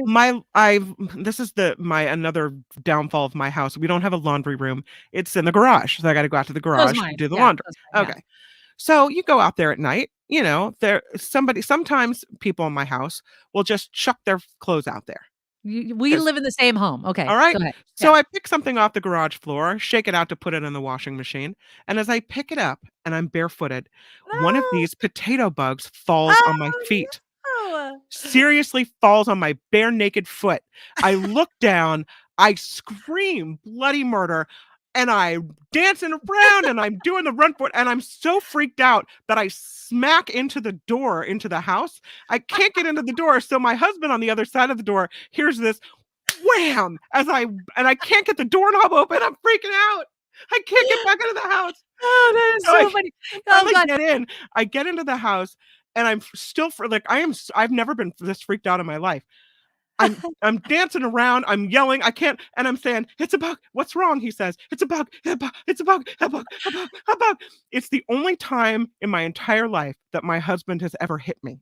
He slapped me across the face. No, he had to, because I was seriously freaking out. I don't know. And then the minute he did that, oh, okay, I calmed down. Calm down. But that's the only thing I've ever, the time I've ever realized, oh, the slapping across the face thing works if someone's like that. I lost my ever-loving mind over a potato bug. So that's the story. The thing that makes me cry laughing about it is just imagine being the bug, right? And you see this gigantic human. I mean, think about how big you are in comparison. Even though the bug looks huge, in comparison, you're millions of times bigger, right? And you're dancing around like he is your size and you're his size. Oh, that is so fun. But it's true. They are ugly though. That is an ugly bug. If that lands on you, you're not okay. It's amazing. I've never seen these bugs before, but in the live chat, which again, hit the thumbs up and join us in the live chat. A lot of people apparently have seen them. They're also called Jerusalem crickets. Yep. And they have big jaws because their whole point in life is to chew through roots underneath the soil and kind of aerate the soil and do that. That's their reason they have those big jaws and big mouths. They don't usually bite people, but if they do by accident, they feel threatened or what have you, they'll take a chunk out of you, and it hurts. Yeah. John Watson wrote, he wrote here, they're not venomous, but they emit a foul smell and are capable of inflicting a painful bite. For crying out loud, you don't want it on you. And I think it's so big. The picture doesn't really do it justice as far as how big it is. I would say it's about as big as your thumb. No, thank you. Yeah, I would freak out. I would have done the scary dance. So your Absolutely. thumb from like the base of your thumb to the tip, it's about, depending on how big your thumb is, it's about as big as a woman's thumb. And I swear to God, this giant Jerusalem cricket potato bug thing fell on me, and I Wow. lost my mind. Yeah, no, thank you. All right. Yeah. Oh, CJ. All right, CJ, you're making an excellent point. You got to stop with the spider fear. Spiders are so critical. Without them, our ecosystem would be unbelievably different. Spiders are amongst the coolest insects on the planet and not dangerous. I hear you. And this is what I Yeah. tell. I tell mice, I tell spiders, I'll tell this stupid potato bug thing. You stay where you are and don't make me see you. I stay where I am and we can all live in harmony. But when you start entering my space, when you make it known that you exist, something needs to be done. And I apologize. I'm not one of those people. I've done it maybe a handful of times where I've gotten the paper and I've slid it under the spider and I brought it back outside. I have never done that with a mouse. I've begged them to leave my house because they scare the crap out of me. But oh my God, Jim Slayton, I was laying on the ground in the backyard and one of them crawled in my hair. Oh, God. I wouldn't lay on the backyard for the rest of my life anymore. That would just be the end of that, unfortunately. All right. As we're thinking about it, thanks. Is that all for the news? Yeah, that's it. The All end. right. Okay, the end. And of course, we want to give a big shout out to Steve Moskowitz, our founding exclusive sponsor. If you have a tax need, give him a call, 888 Tax Deal or MoskowitzLLP.com. Hit the thumbs up right now, each and every day for each and every show. It helps with the YouTube AI overlord, exposing our show to other people. If you want details on how to support us on our Patreon or links to past shows, just go to our website, thenikkimedoroshow.com. You can email me at thenikkimedoroshow@gmail.com. The Patreon, thank you. And of course, the super chat. And I appreciate all the birthday messages today and all of the money that you guys are doing for the super chat today. It's amazing. We really appreciate it. We need money to continue the show or we can't do it. And we definitely want to continue to grow this show. Hold on. Where was the other one that the name that named it Cotton Eye Joe? Somebody had just had that up. That's hilarious. Murphy. All spiders in my house are named Cotton Eye Joe because I need to know where did you come from? Where did he go? There you go. I love that. That's a good one, Murphy. I like that. I like that. Okay, so let's get into the debate, the Dr. Oz, John Fetterman debate. Now, I did not watch it live. I mentioned this before, but a lot of people had their eyes on it. It's a Senate race that the control of the Senate is on the line right now. Democrats really don't have control of the Senate. They have a tie-breaking vote with the vice president. That's it. So it's not as if Democrats have been in power. So every race counts. So 5 months ago, John Fetterman, a Pennsylvania Democrat, suffered a stroke. And ever since then, Dr. Oz, who in my opinion should know better because he's a doctor, has been, latching onto it, saying that because of this stroke, John Fetterman is not qualified to run for Senate, that he should be home recuperating. And I don't know if they sent out the GOP talking points yesterday, but it was as if everybody said the same thing, how this was just hard to watch. Hard to watch was a term I saw way too many times on Twitter to believe that everyone was thinking the same exact thing. There were just phrases that were used oftentimes by right-wing talk commentators or whatever that I feel this is the narrative they want to portray.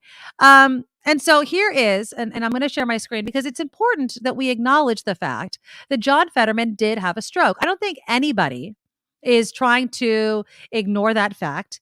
And John Fetterman addressed it. It was the first thing that he wanted to talk about when he was being asked during last night's debate. So let's see. Here is John Fetterman during the debate last night. Heart-pounding. Oh, first there's an ad. Intelligent technology. Let's skip that ad. We'll sit through it. No, we're going to skip it. Talk about the elephant in the room. I had a stroke. He's never let me forget that. And I might miss some words during this debate, mush two words together, but it knocked me down, but I'm going to keep coming back up. And this campaign is all about, to me, is about fighting for everyone in Pennsylvania that ever got knocked down, that needs to get back up, and fighting for all forgotten communities all across Pennsylvania that also got knocked down, that needs to get back up. I get knocked down, but I get up again. I mean, come on, I'm everybody's gonna singing this live song, right? down. I mean, they should be playing That that would during be every Tub single. Thumping by Chumbawamba. There you go. Which apparently is a protest song. I don't know if you know that. But yeah, I think that John Fetterman needed to address the elephant in the room like he did. Okay, so then let's move on. But it seems like that's all anybody wanted to talk about. There was this article in The Hill, and they were talking about how his performance during the debate really begs the question of what it means to be on the national stage, to be in public with what many see as a disability. And I should put disability in quotes because a stroke can happen at any time. Dr. Oz, if he's elected into the Senate, could have a stroke the first day in office. Right? It's not as if John Fetterman did something to do this, although Dr. Oz, I think, was being a bit cruel and was earlier trying to point to his diet and all these sorts of things to make it sound like John Fetterman was responsible for his own stroke. Now, Fetterman did use a closed captioning system throughout the debate. It helps him understand the questions. Sometimes that's what he said right at the beginning. It was a little difficult to form clear sentences. So respond in the live chat. Is a disability, working through something like a stroke, is that a weakness or a strength? Because we've heard from politicians at the peak of health say this thing's exhausting. You're up all day, up all night, you're going flying here, you're traveling there, you're kissing this baby, you're slapping that guy. No, I'm just kidding. But it takes a lot out of you. And he's doing it, even though 5 months ago he suffered a stroke. Yep. So to me, that shows strength. But why do some people, obviously politics, but this whole idea that no, he had a stroke, he should just be home. As a voter, if I was in Pennsylvania, that's the guy that's pushing through. He's on the mend. His doctor, he's released, that letter from his doctor, although people want to see even a more detailed medical analysis or whatever. But do you think that a stroke makes someone incapable of running for office or winning office? Because now, I don't know, the polling doesn't look good for Fetterman, Kim. And it's amazing because he got up there on that stage, and while he did have to use the words on the screen behind in front of him, I think that's an allowable accommodation, and he was able to keep up and do pretty well. He's, has the stroke happened pretty recently, and he's only going to get better and better and better. Right? He's on the medication, he's doing everything he needs to be doing. I think it's unfair. I think it's unfair. And the other thing is, when we're talking about the grind of being in office, you need somebody that's not going to every sniffle and cold, call in sick, right? You need a leader, and also think about how they feel about certain issues. So Fetterman has a stroke. He's the Democratic candidate. He had a stroke and he stumbled through his words. We're going to elect Dr. Oz? You can't possibly think that the goals and where you want your state to go can just swing right over to the other political party simply because your candidate had a stroke. I'm going to play you now this clip from Dr. Oz because elections matter. And really, Dr. Oz, I don't know if he understood exactly what he was saying, but this one clip was being shared and shared alike on social media. And he was being asked specifically about who should be making abortion decisions. And listen to what Dr. Oz had to say. I want women, doctors, local political leaders, letting the democracy that's always allowed our nation to thrive, to put the best ideas forward so states can decide for themselves. No. Politicians should not be involved in that decision. And that's how the can a point. doctor say that? As someone who has dealt in the past with medical issues between he and a patient, right? Telling a patient, giving them the best advice he can. How would a doctor ever think it was okay for the government to step in and say they know better than what the doctor does? Exactly. I can't. In the debate about abortion, I think the thing that people just don't seem to understand, and I like to throw in this whole idea of a late term abortion, is that there is no point in which adding a politician or adding the government to that decision makes it easier. There is no point during a pregnancy when adding politics makes it easier. And so why are we doing this to women? I'd posted this meme that had a bad word in it the other day. And it was talking about protecting my rights, my reproductive rights, my freedoms. And someone was making something about, unborn babies crying off, like, don't do it, mom, I love you. Totally missing the point. Completely missing the point of what I'm saying. Forced pregnancy is insane. It's insane to think about. It is insane also when it is coming from a political party that does not support the safety net programs that Democrats put out each and every time. So stop it already. Stop with the hypocrisy. I also used to think the same thing about, remember the Chinese repopulation policy where you couldn't have any more than, I don't know if it was 1 or 2 kids. Right. Well, who is the government to tell me how many kids to have? Right. Who is the government to tell me whether to have one, whether not to have one? I don't care whether you're talking about abortion or getting pregnant in the first place or what. You don't belong in the decision of my reproductive health. So Exactly. And that's the point. It's not, you can, if you believe that life begins at conception, okay, believe that. If you believe it's at first breath, okay, believe that. But that's not what we're talking about. What we're talking about is a woman needs to have a medical procedure done. And why does the government need to be involved in making what is a very personal decision? It is about the right to control your own body. And if we want to talk about, and I'm stretching here, but if I said to somebody on the right, do you think that someone not born in this country that doesn't pay taxes should have a say on stuff like this, on anything that happens in this country? Most would say no. And that's what we're talking about when we're talking about pregnancies. This is not someone that's born. This is not somebody that pays taxes, that breathes air in our country. The person that does is the woman. And that is the person that should be making all the decisions about what happens to her body. The government should just stay the hell out of it. So if we want to talk about, how late into the pregnancy, the later it is, the less I want the government to have any sort of say, because the more tragic it actually becomes. I love that shirt. If you're just listening to the show instead of watching it, Kim just put up it's a black t-shirt and says, row, row, row your vote. Exactly. All right. We are coming up on a little bit of news at the bottom. I did want to play you this other clip. It doesn't have to do with anything except, if you're going to criticize someone like John Fetterman for the way they talk, or you're going to talk about President Biden being old and stumbling on his words, even though he's lived with a stutter. And please do not put in the live chat that he doesn't have a stutter and it's never been proven. Just kick rocks with that whole nonsense. But then we have this guy, and he is so off his rocker high that I think his family should just take away his phone simply because he looks higher than a kite.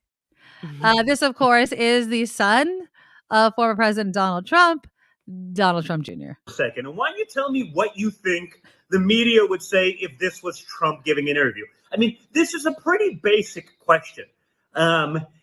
Seems to confuse Dr. Biden and his wife. Now, we're Dr. very Biden clear, and his wife. Dr. Biden, right? We got to make sure it's Dr. Biden. Like, we've gone through this before. They're looking at the extreme weakness that the American president is exuding and saying, you know what?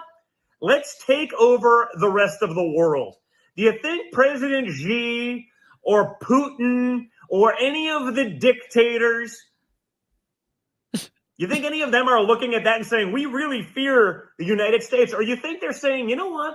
You're high as hell. The United States may be at the weakest point in its history in terms of leadership, in terms of strength, in terms of resolve, in terms of guts. There's a better word for it, but they're doing enough to try to censor me here, so avoid using it. This is a kid-friendly page. Oh, shut up. Yeah. So he's higher than a kite. I mean, I don't care. He is not someone I would want representing my family. But then again, we're talking about the Trumps here. And the reason I also wanted to play that for you, though, is, people criticize President Biden. Oh, he's ruining this country. And there's just been a recent analysis. Okay. Now, President Biden, this article is on MSNBC. President Biden said in his State of the Union address that by the end of the year, the deficit will be down to less than half what it was before I took office. Now, that was in March.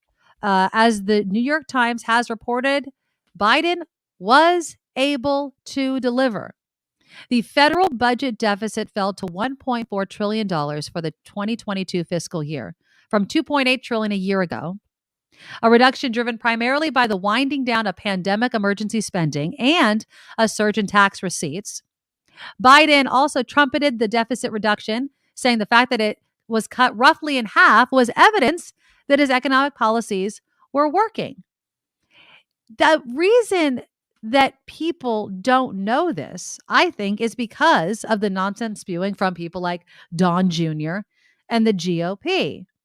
But it is insane that Republicans say they care about the deficit, try to play them off like they're deficit hawks, and the Democrats are just spend.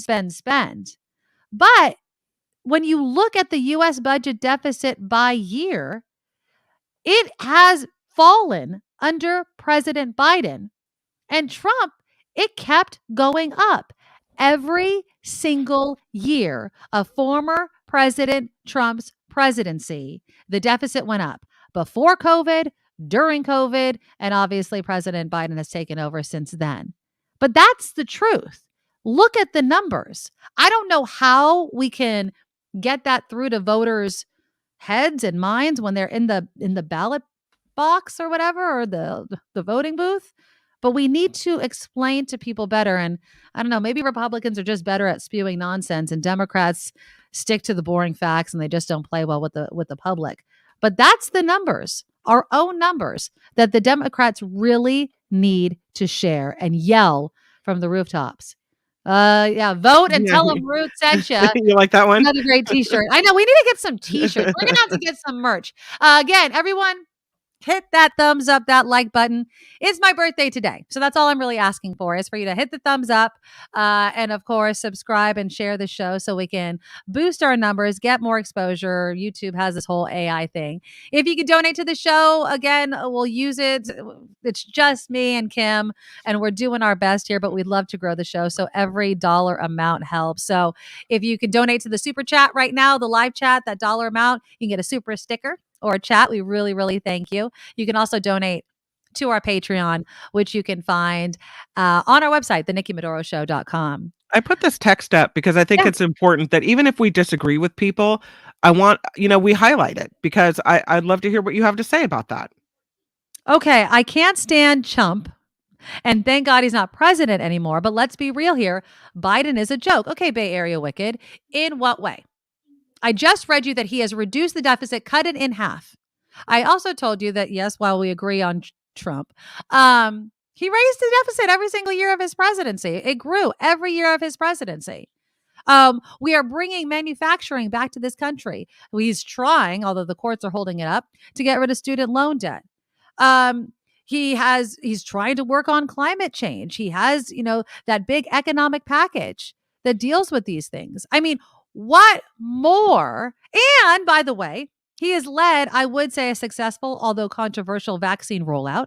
COVID-19, I hate to say it, may mean, because who knows what's going to happen this winter, under control. Kids are back in school. I mean, what do you want from President Biden? What more do you want?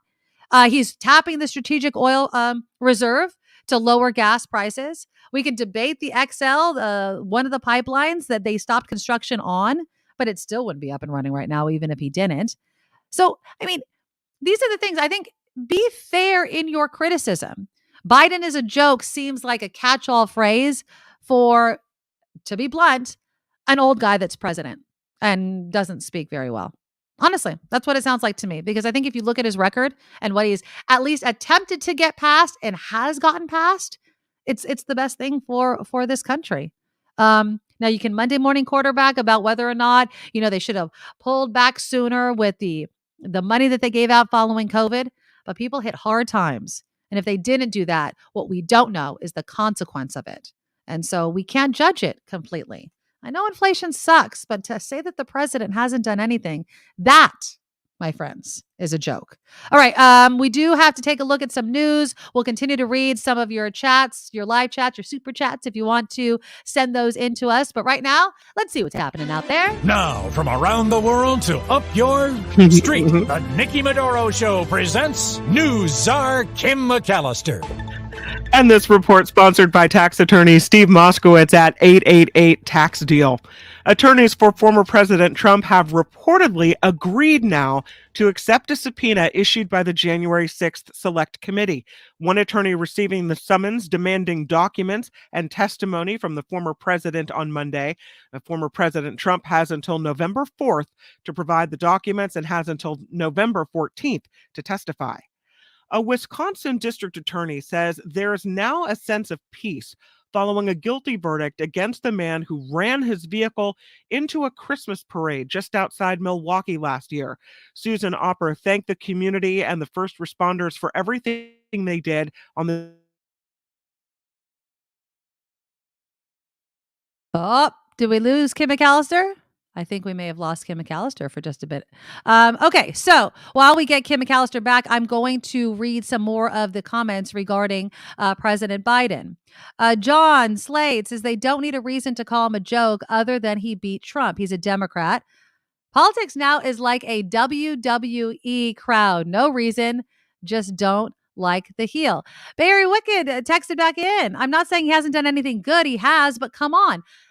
Again, Bay Area Wicked, it's really sounding like you're calling him out for his speech and his age. What does "but come on" mean?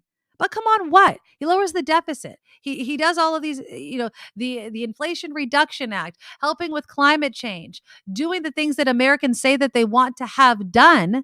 He's doing, and he's working towards it. And if anything, Republicans are getting in the way, and yet going back to their states, right?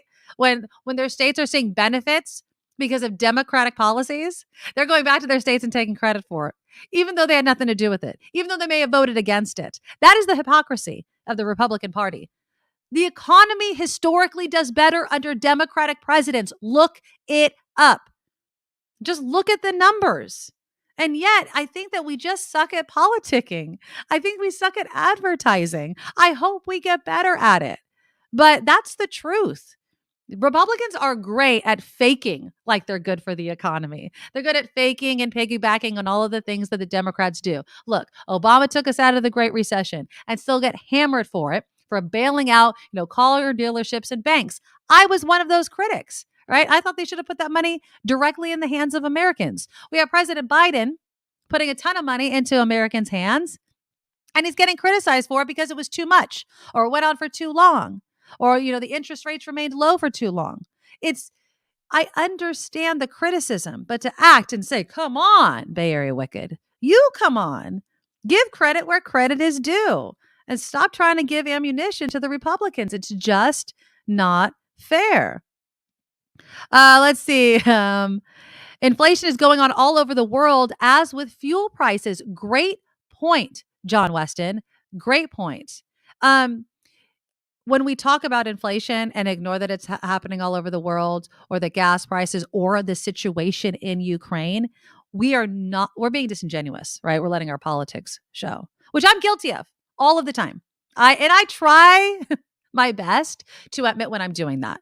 I try my best to admit when my politics are showing, to be honest with you guys, because you guys know where I lean. I don't hide this fact from anybody. Eric Kennedy, I love this. Biden needs more of that dark Brandon energy. I wish he was the far left politician the conservatives paint him as. So if you don't know, dark Brandon, it's like a meme that goes on Twitter and other types of places. And it's where he kind of sticks it to the Republicans and points out the things that he's been doing. And he's kind of the cool guy with the shades. And I agree with you, Eric, but it can't just be that. There needs to be something more. It needs to be this collective questioning of Republicans when they're criticizing President Biden about what they would do instead. I say it again, over and over again. It's easy to criticize. It's hard to lead, and it's hard to solve. And that's what I think the President Biden has been trying to do. There was another, where was it? I think it was John that was mentioning Kanye West. Yeah, John Slade. Anybody who supports Herschel Walker and Kanye West has no credibility talking about anyone's mental conditions. I would even add on to that, though, John, and I don't want to pull the race card in every single situation, but it's nice that Herschel Walker is black, right? It's like, oh, because it gives people an excuse. Oh, you're just criticizing because he's black. Oh, we have a black Republican, and so you're just going to... No, Herschel Walker's an idiot, and he has no business being in the Senate. So, no, you have chosen somebody that is unqualified to lead. You want a puppet. You chose a black puppet to check a box. And no, it's absolutely ridiculous. Now, on the Kanye West front, I wanted to bring this up. We have some time left, and hopefully we can get Kim McAllister back, but I think her feed dropped out. So Kanye West has been in the news. We've been talking about it. He was just dropped by Adidas, although it took a little bit. He was dropped by his talent agency. Gap is breaking with them. He's also lost the documentary that was almost finished or was finished that was due out about him. He does have mental issues, but we talked about this yesterday. Can that really be an excuse given his platform? And is it you still know what you're doing? And did you feel this way anyway? And you're just maybe using? I don't even say using. It doesn't seem like he's apologizing for anything. Well, Spotify has announced that they will not remove Ye or Kanye's music from their platform, at least not yet. So Daniel Ek, I guess this is a Spotify CEO, told Reuters that Ye's music did not violate Spotify's policies against hate speech because he did not make the comments in his songs or on a podcast found on the streaming platform. Eck called Ye's recent remarks just awful comments. And he said if Ye's anti-Semitic comments had been made in music or on a podcast, those recordings would have been taken down, but none of it can be found on the streaming platform. How do you feel about that? Better question. Can you separate the musician from the music? Can you separate Ye or Kanye from what he said? Like, you know what? I really like that. There's so many songs, but I'm just going to think of Gold Digger at the top of my head. I like that song. When it comes on the radio, I like to jam to it. And it's okay. I don't support what he said, but I like his music. I mean, I don't know if many of you are going to be surprised by this, but I can separate the art from the artist to an extent. I don't know if this is going to sound awful. How big of a fan was I of the art? That's what I mean. How big of a fan was I to this, to the artist? I'm hoping that I'm still on air, and anybody can reach out and tell me if I am or I am not. But I'm not seeing the clock move, so I'm kind of worried that I've actually lost you guys right now. So let me double check and see if I'm actually on or not, because I would hate to be just talking, and nobody's actually there. Because I don't think you could hear me. So let's think we see. had a whole mess but up. Again, I am talking about Kanye West. I think Nikki took a dive for a second. Are you back on? All right. I lost myself. Okay. My internet died during the middle of the news. Like everything happened. Let's see. I can't hear Kim McAllister for some reason. Kim, are you on? Oh, there you are. I hear you now. Okay. Okay. All right.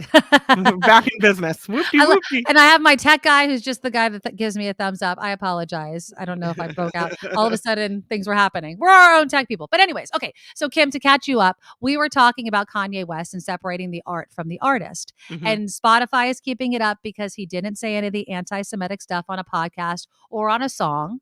If he did, those recordings would be removed. And so my question to all of our viewers and listeners are, can you separate the art from the artist? And I'm saying I can if I'm a big fan. Is that terrible to say? Yeah, it is. I think it is. I mean, you're saying it depends on how much I like your work, which for Yes. me, it is or it isn't. Either you're bothered by who the person is and can't separate it in all cases, or not. It's not how good the work is, how much value it adds to society or joy it brings us. You know, Right. if you care about who the person is, you should care about it no matter who. And I would argue that the better their work is, the more grand scale it becomes. That, the more kind of Michael Jackson-ish, Well, that's who I was talking about. Now, I'm not a yeah. huge Michael Jackson fan, but when, Billie Jean comes on, I'm not turning it off. Are you? No, I can separate the art from the artist. I can think Okay. you're the worst person. I don't want to listen to you, Right. whatever, or that that I have ever seen. But then your art is something completely different. I feel that way about John Muir. They were talking about Okay. taking Okay. John Yeah, Muir's yeah, yeah. names off of Muir Woods and, that he had said some things in the past, but he also was instrumental in setting aside forest land and protecting the environment. Of course. So I'm going to say not everyone is perfect and everyone has some bad things about them. Now, granted, racism is a pretty bad skeleton to have rattling around in your closet, but it Right. doesn't negate everything. It doesn't say, everything about you is rotten, that you've not left anything behind in contribution to society.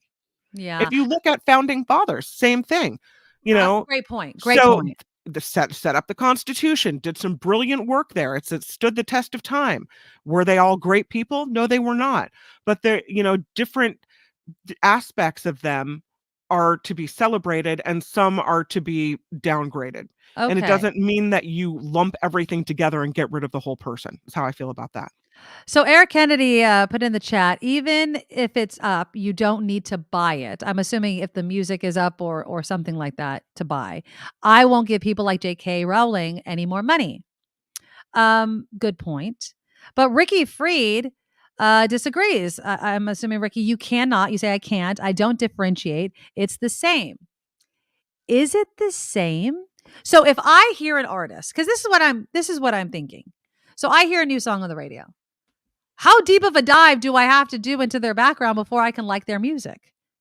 I mean, or is it a question of, now that the information is out, you can make another judgment. But if you like the music, let's say, or it's your favorite movie, or your book, J.K. Rowling, if you like the book, can you not read it anymore? Is the art, does it have to be removed from society because of it? It's an interesting question and the reason why I bring up how big of a fan someone is, it's how hard it would be to remove that art from your life.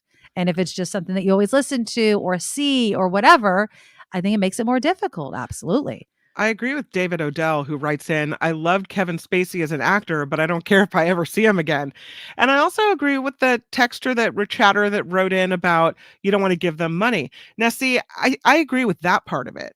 Right. I don't go out of my way to give you money. No, if I happen to hear the song on the radio, I don't necessarily, I'm going to turn it off. If a Kevin Spacey movie comes on, I don't necessarily know that I'm going to turn it off just because he's in it.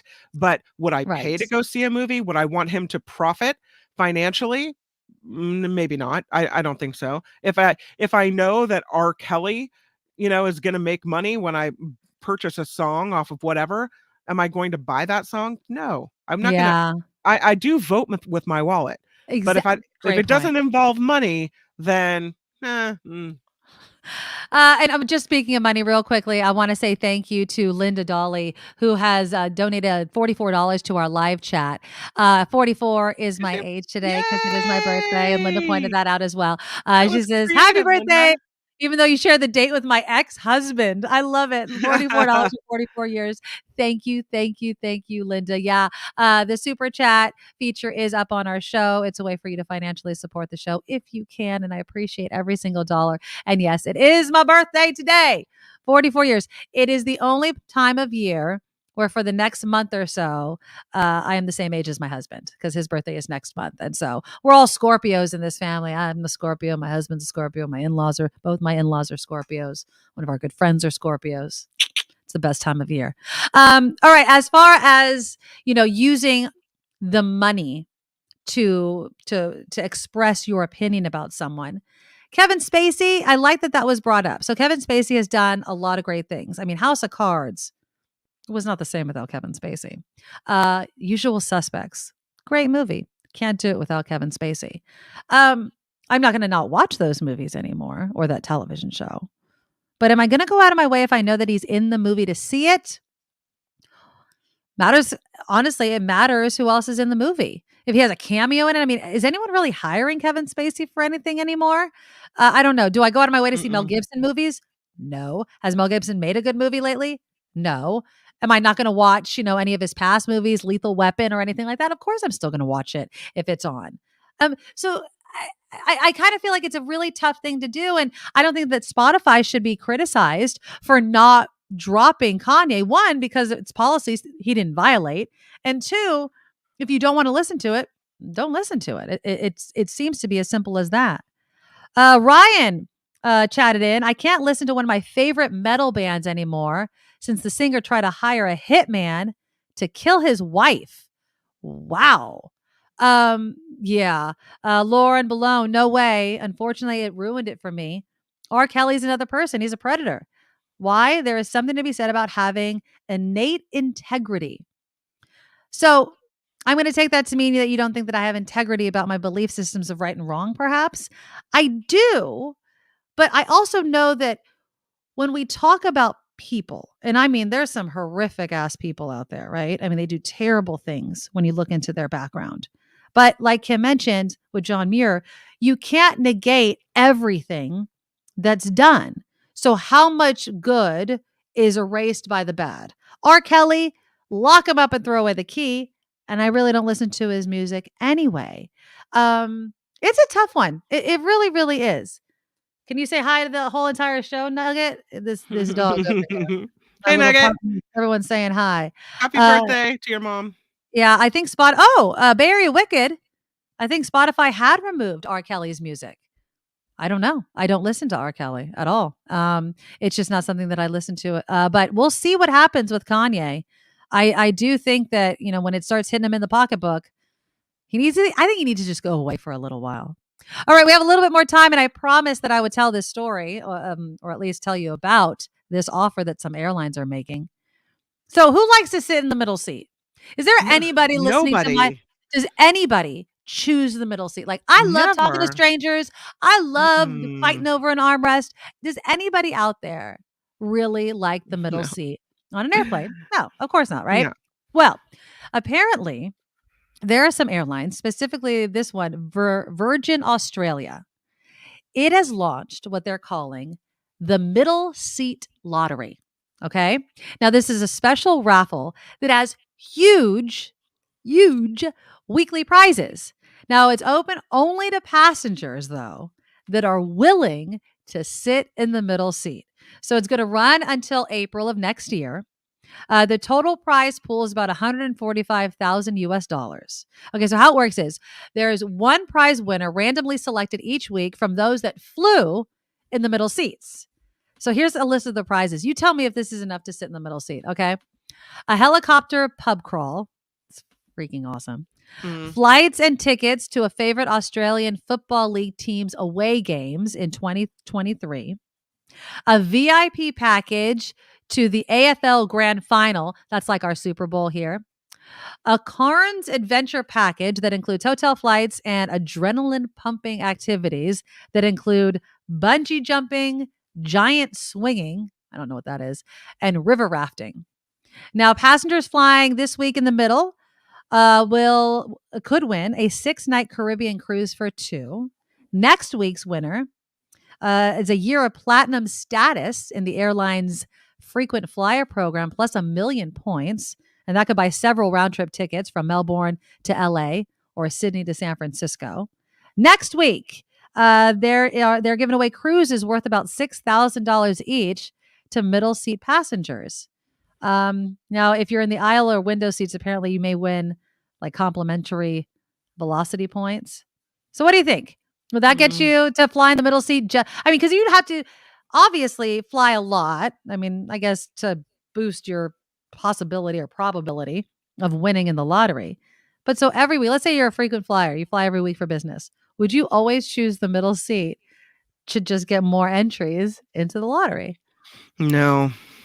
Kim's like, you can keep your tip. I'm getting my arm seat. I'm keeping my arm seat. Yeah, but you must fly to Australia and that's expensive. Yeah.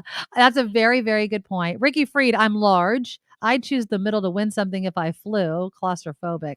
Yeah, no. I mean, maybe. I'm tiny. So I'm a very short person. I don't need a lot of leg room, is what I'm saying. So I could probably take one for the team and fly in the middle seat for a while. If again, though, that's a very good point. You have to be in Australia to get it. But I've never been to Australia. Have you ever been to Australia, Kim McAllister? I haven't. Always That's wanted one to go place though. I definitely want to go. Mhm. Liz says, I would prefer free flights or upgrade to first class. Mhm. I've flown in first class twice in my life. That's definitely worth it. It's like the Flash Pass when you go to like Magic Mountain or something where you don't have to wait in line anymore. Once you do it and you have to go back to standing in line, you know how awful it is. You're like, oh, I want to go. What a I want to be bummer. up. I want to be up there with all the cool people Yeah. that don't have to.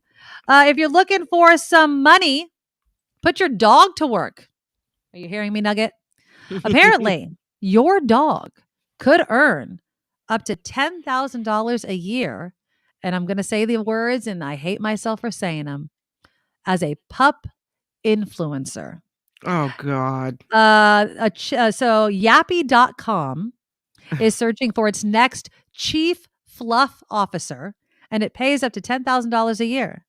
The successful pup will be a natural behind the camera, always happy to strike a pose and genuinely enjoy having their photo taken and being filmed as they try out our latest personalized gifts. Would your dog be fit into that category? I can't. This particular dog we have at this point, my other dog who passed away was very photogenic, but Charlotte, the golden retriever, Charlotte, every time I try to take a picture of her, she's twirling around. I end up with her tail in the shot.